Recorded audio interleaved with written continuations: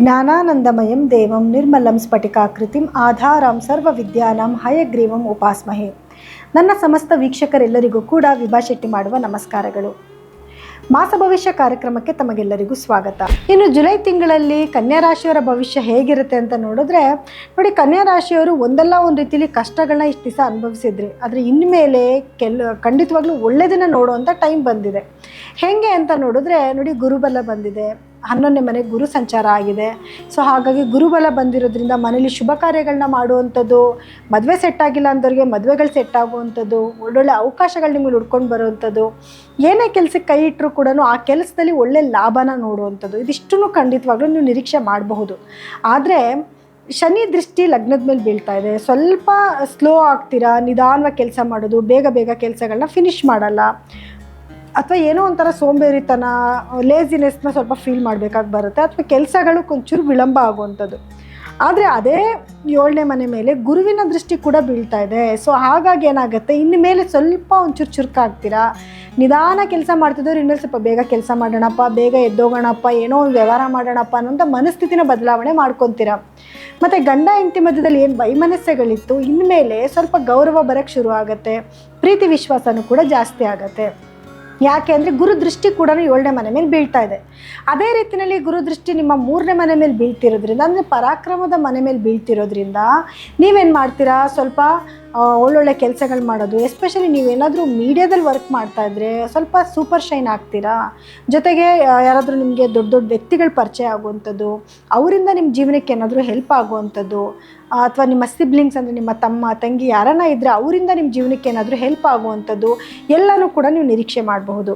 ಅದೇ ರೀತಿ 5ನೇ ಮನೇಲಿ ಕೂಡ ಗುರುದೃಷ್ಟಿ ಇರೋದ್ರಿಂದ ಮಕ್ಕಳಾಗಿಲ್ಲ ಅಂತ ತುಂಬ ದಿವಸದಿಂದ ಕೊರಗ್ತಿರೋಂಥವ್ರಿಗೆ ಮಕ್ಕಳಾಗುವಂಥದ್ದು, ಪ್ರೇಮಿಗಳು ಯಾರಾದರೂ ಇದ್ದರು ಅಂತಂದರೆ ಅವರಿಗೆ ಪ್ರೀತಿ ವಿಶ್ವಾಸ ಜಾಸ್ತಿ ಆಗೋದು, ಅಥವಾ ಮದುವೆ ಸೆಟ್ ಆಗುವಂಥದ್ದು, ಗಂಡ ಹೆಂಡತಿ ಮಧ್ಯದಲ್ಲೂ ಕೂಡ ಪ್ರೀತಿ ಜಾಸ್ತಿ ಆಗುವಂಥದ್ದು ಎಲ್ಲನೂ ಕೂಡ ನೀವು ನಿರೀಕ್ಷೆ ಮಾಡಬಹುದು.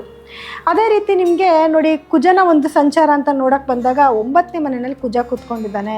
ಸೊ ಹಾಗಾಗಿ ನಿಮಗೆ ಭೂಮಿಯಿಂದ ಲಾಭಗಳಾಗುವಂಥದ್ದು, ನೀವೇನಾದರೂ ಭೂಮಿ ತೊಗೊಳ್ಳೋದು ಮಾರೋದು ವ್ಯವಹಾರ ಮಾಡ್ತಾಯಿದ್ರೆ ಅದರಲ್ಲಿ ಒಳ್ಳೆ ಲಾಭನ ನಿರೀಕ್ಷೆ ಮಾಡಬಹುದು. ಇನ್ನು ಸೂರ್ಯನ ಸ್ಥಾನಮಾನನೂ ಕೂಡ ತುಂಬ ಚೆನ್ನಾಗಿದೆ, 10ನೇ ಮನೇಲಿ ಕೂತ್ಕೊಂಡಿದ್ದಾರೆ.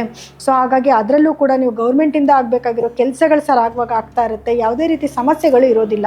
ಇಲ್ಲಿ ಮೇಜರ್ ಪ್ರಾಬ್ಲಮ್ ಅಂತ ಬರೋದಾದರೆ ನೋಡಿ, 2ನೇ ಮನೆ ಅಧಿಪತಿ ಆಗಿರುವಂತಹ ಶುಕ್ರ ಗ್ರಹ ನಿಮಗೆ ಬಂದು 12ನೇ ಮನೇಲಿ ಕೂತ್ಕೊಂಡಿರೋದು, ಅಂದರೆ ವ್ಯಯ ಜಾಸ್ತಿ ಆಗುತ್ತೆ, ಹಣಕಾಸಿನ ಖರ್ಚು ಜಾಸ್ತಿ ಆಗುವಂಥದ್ದು, ಅಥವಾ ಕೇತು ಜೊತೆಲಿ ಬೇರೆ ಕೂತ್ಕೊಂಡಿರೋದ್ರಿಂದ ಯುಟ್ರಸ್ ಪ್ರಾಬ್ಲಮ್ ಬರುವಂಥದ್ದು, ಗುಪ್ತಾಂಗಗಳಲ್ಲಿ ಸಮಸ್ಯೆ ಬರುವಂಥದ್ದು, ಅಥವಾ ಹೆಣ್ಮಕ್ಳಿಂದ ಏನಾದ್ರು ಸಮಸ್ಯೆಗಳು ಬರುವಂಥದ್ದು, ಇದನ್ನೆಲ್ಲ ನೀವು ಅನುಭವಿಸುವಂಥ ಸಂದರ್ಭ ಬರಬಹುದು. ಸೊ ಹಾಗಾಗಿ ಸಮಸ್ಯೆಗಳೇನೇ ಬರಬಹುದು. ಸ್ವಲ್ಪ ನಿಮ್ಗೆ ಇವಾಗ ಆಲ್ರೆಡಿ ನೀವು ಈ ವಿಚಾರಗಳನ್ನ ತಿಳ್ಕೊಂಡಿರೋದ್ರಿಂದ ಕೇರ್ಫುಲ್ ಆಗಿರಿ. ಇವಾಗ ಯಾರೋ ಹೆಣ್ಮಕ್ಳ ಹತ್ರ ಚೀಟಿಗಳು ಹಾಕೋದು, ಅಥವಾ ಬೇರೆ ಏನೋ ವ್ಯವಹಾರ ಮಾಡೋಕ್ಕೆ ಹೋಗಿರ್ತೀರ, ಅವ್ರ ಹತ್ರ ಏನೋ ಗದರಿಸಿ ಕೇಳಕ್ಕೆ ಹೋದಾಗ ಅದೇನಾದ್ರು ಪೊಲೀಸ್ ಕಂಪ್ಲೇಂಟ್ಗಳಾಗೋದು, ಇಲ್ಲದೇ ಇರೋ ಸಮಸ್ಯೆಗಳು ನಿಮ್ಮ ತಲೆ ಮೇಲೆ ಬರೋಂಥ ಸಾಧ್ಯತೆ ಕೂಡ ಇರುತ್ತೆ. ಸೊ ಕೇರ್ಫುಲ್ ಆಗಿರಿ. ಪರಿಹಾರ ಏನು ಮಾಡ್ಕೋಬೇಕು, ಕೆಲವೊಂದು ಮಿಸ್ಟೇಕ್ಸ್ ಮಾತ್ರ ಇದೆ, ಕೆಲವೊಂದು ನೋವುಗಳು ಮಾತ್ರ ಇದೆ. ಅದಕ್ಕೇನು ಪರಿಹಾರ ಮಾಡ್ಕೋಬೇಕು ಅಂದರೆ ನೋಡಿ, ಮೊದಲನೇದಾಗಿ ನೀವು ಪ್ರತಿದಿನವೂ ಕೂಡ ಲಕ್ಷ್ಮಿ ಅಷ್ಟೋತ್ರನ ಕೇಳುವಂಥದ್ದು, ಅಥವಾ ಕನಕದಾರ ಸ್ತೋತ್ರನ ಕೇಳುವಂಥದ್ದು, ಶುಕ್ರವಾರ ಒಂದು ದಿವಸನಾದರೂ ಹೋಗಿ ಬಿಳಿ ವಸ್ತುಗಳನ್ನ ದಾನ ಮಾಡುವಂಥದ್ದು, ಹಾಲು, ಮೊಸರು, ಸಕ್ಕರೆ, ಅಕ್ಕಿ ಇಂಥದನ್ನು ಅವಶ್ಯಕತೆ ಇರೋವಂಥವ್ರಿಗೆ ಡೊನೇಟ್ ಮಾಡೋದು. ನಿಮ್ಮ ಕೈಲಿ ಎಷ್ಟು ಸಾಧ್ಯನೋ ಅಷ್ಟೇ ಕೊಡಿ, KG ಗಟ್ಟಲೆ ಕೊಡಬೇಕು ಅಂತೇನಿಲ್ಲ, ನಿಮ್ಮ ಕೈಲಿ ಎಷ್ಟು ಇಷ್ಟೇ ಸಾಧ್ಯ ಆಗುತ್ತೆ ಅಷ್ಟನ್ನೇ ಕೊಡಿ. ಅದನ್ನು ಒಂದು ವ್ಯಕ್ತಿಗಾರು ದಾನ ಧರ್ಮನ ಶುಕ್ರವಾರದ ದಿವಸ ಮಾಡಿ. ಅದನ್ನು ಇಂಥ ಟೈಮ್ ಅಂತಲೇ ಏನಿಲ್ಲ, ಬಟ್ ಮಾಡಬೇಕು. ಇನ್ನು ನೀವು ಕೇತುನು 12ನೇ ಮನೇಲಿ ಇರೋದ್ರಿಂದ ನಿದ್ದೆ ಸಮಸ್ಯೆಗಳು ಜಾಸ್ತಿ ಇರುತ್ತೆ. ಸೊ ಈ ಕಾರಣಕ್ಕೆ ಬೀದಿ ನಾಯಿಗಳಿಗೆ ಆಹಾರ ಹಾಕುವಂಥದ್ದು, ಅದರಲ್ಲೂ ಟ್ಯೂಸ್ಡೇ ಒಂದು ದಿವಸ, ಮಂಗಳವಾರ ಒಂದು ದಿವಸನಾದರೂ ತೊಗೊಂಡೋಗಿ ಬೀದಿ ನಾಯಿಗಳಿಗೆ ಆಹಾರನ ಅರ್ಪಿಸಿ. ಇನ್ನು ಲಗ್ನಾಧಿಪತಿ ಬುಧ ಬಂದು ಈ ತಿಂಗಳಲ್ಲಿ ಸ್ವಲ್ಪ ಏನು ಕಂಬಸ್ಟ್ ಆಗೋದು ಮತ್ತು ರೆಟ್ರೋಗ್ರೇಡ್ ಆಗೋದು ಆಗ್ತಾನೇ ಇರುತ್ತೆ. ಸೊ ಈ ಕಾರಣಕ್ಕೆ ಪ್ರತಿದಿನ ನೀವು ವಿಷ್ಣು ಸಹಸ್ರನಾಮ ಕೇಳುವಂಥದ್ದು, ಜೊತೆಗೆ ಹೆಸರು ಕಾಳನ್ನ ಡೊನೇಟ್ ಮಾಡುವಂಥದ್ದು, ವಾರಕ್ಕೆ ಒಂದು ಸತಿನಾದರೂ ಹೆಸರು ಕಾಳನ್ನ ಡೊನೇಟ್ ಮಾಡಿ. ಇದಿಷ್ಟು ಮಾಡಿಕೊಂಡ್ರೆ ಸಾಕು, ಸಣ್ಣ ಪುಟ್ಟ ಸಮಸ್ಯೆಗಳು ಬಂದರೂ ಕೂಡ ಖಂಡಿತ ಅದರಿಂದ ಪಾರಾಗ್ತೀರ.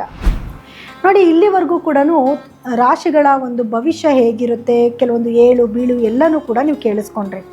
ಆದರೆ ನಿಮ್ಮ ವೈಯಕ್ತಿಕ ಜಾತಕನೂ ಒಮ್ಮೆ ಪರೀಕ್ಷೆ ಮಾಡಿಸ್ಕೊಳ್ಳೋದು ತುಂಬ ಮುಖ್ಯ ಆಗಿರುತ್ತೆ. ಯಾಕೆ ಅಂತಂದರೆ ನಿಮಗೆ ನಡೀತಿರುವಂತಹ ದಶಾ ಭುಕ್ತಿಗಳ ಆಧಾರದ ಮೇಲೆ, ಜೊತೆಗೆ ಗ್ರಹಗಳ ಅಲೈನ್ಮೆಂಟ್ ಅಂದರೆ ನಿಮ್ಮ ಜಾತಕದಲ್ಲಿ ಗ್ರಹಗಳು ಎಲ್ಲೆಲ್ಲಿ ಕೂತ್ಕೊಂಡಿದ್ದಾವೆ ಅನ್ನೋದ್ರ ಮೇಲೆ ಫಲಗಳಲ್ಲಿ ವ್ಯತ್ಯಾಸ ಆಗುತ್ತೆ. ಸೊ ಹಾಗಾಗಿ ನಿಮ್ಮ ವೈಯಕ್ತಿಕ ಜಾತಕನ ಒಮ್ಮೆ ತೋರಿಸ್ಕೊಂಡು ಅದಕ್ಕೆ ತಕ್ಕ ಪರಿಹಾರಗಳನ್ನ ಮಾಡ್ಕೊಳ್ಳೋದು ತುಂಬ ಮುಖ್ಯ ಆಗಿರುತ್ತೆ. ನೀವು ನಮ್ಮಲ್ಲೇನಾದರೂ ನಿಮ್ಮ ವೈಯಕ್ತಿಕ ಜಾತಕನ ತೋರಿಸ್ಕೊಬೇಕು ಅಂದ್ಕೊಂಡಿದ್ರೆ ಕೆಳಗಡೆ ಸ್ಕ್ರೋಲ್ ಆಗ್ತಿರುವಂತಹ ನಮ್ಮ ನಂಬರ್ಗೆ ಕರೆ ಮಾಡಿ ನಿಮ್ಮ ಅಪಾಯಿಂಟ್ಮೆಂಟ್ನ ಫಿಕ್ಸ್ ಮಾಡ್ಕೋಬೋದು. ಸೊ ಎಲ್ಲರಿಗೂ ಕೂಡ ನನ್ನ ನಮಸ್ಕಾರಗಳು.